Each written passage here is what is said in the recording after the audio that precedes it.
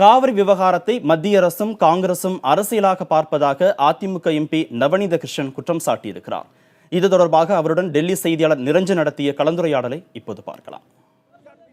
மத்திய அரசு செய்யக்கூடிய விவகாரத்தில் சட்ட ரீதியாக அணுகுவது என்பது குறித்து தெரிவிப்பதற்காக தற்பொழுது நவநீத கிருஷ்ணன் எம்பி அவர்கள் நம்முடைய இணைந்திருக்கிறார். கேட்கலாம் சார். மத்திய அரசு இந்த விவகாரத்தில் சட்ட ரீதியான சில விஷயங்களை சொல்கிறார்கள். உச்சநீதிமன்றம் உத்தரவு பிறப்பிக்க முடியாது, நாடாளுமன்றத்துக்கு மட்டும்தான் அதிகாரம் இருக்கிறது உள்ளிட்ட விவரங்களை தெரிவிக்கிறார்கள். இதை நீங்கள் எப்படி பார்க்கிறீர்கள்? நீண்ட காலமாக வழக்கறிஞராக இருந்த உங்களுக்கு எப்படி நீங்கள் இதை பார்க்கிறீர்கள்?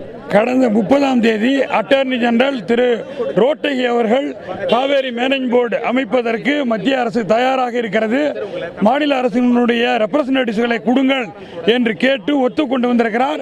அதன் அடிப்படையில் உச்சநீதிமன்றமும் கடந்த 30ஆம் தேதி உத்தரவிட்டிருக்கிறது.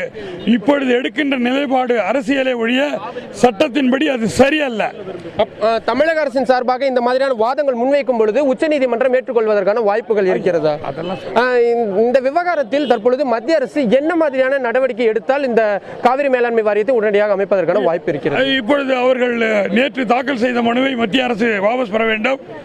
30ஆம் தேதி அட்டார்னி ஜெனரல் ரோட்டகி அவர்கள் கூறியது போல காவேரி மேலாண்மை ஆணையம் அமைப்பதற்கு அவர்கள் எல்லா ஏற்பாடும் செய்ய வேண்டும். நிச்சயமாக அவர் கூறியதை போலதான் சட்ட ரீதியாக இதில் மத்திய அரசு இதனை எதிர்ப்பதற்கான வாய்ப்புகள் என்பது கிடையவே கிடையாது.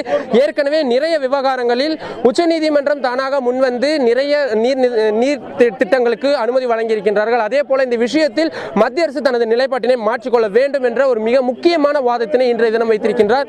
இதே வாதங்கள் தான் தமிழக அரசின் சார்பாக உச்சநீதிமன்றத்தில் வைக்கப்படும் என்று எதிர்பார்க்கப்படுகின்றது. தலைநகர் டெல்லியிலிருந்து புதிய தலைமுறைக்காக ஒளிப்பதிவாளர் ஜெரின் சாமுவேலுடன் நிரஞ்சன்.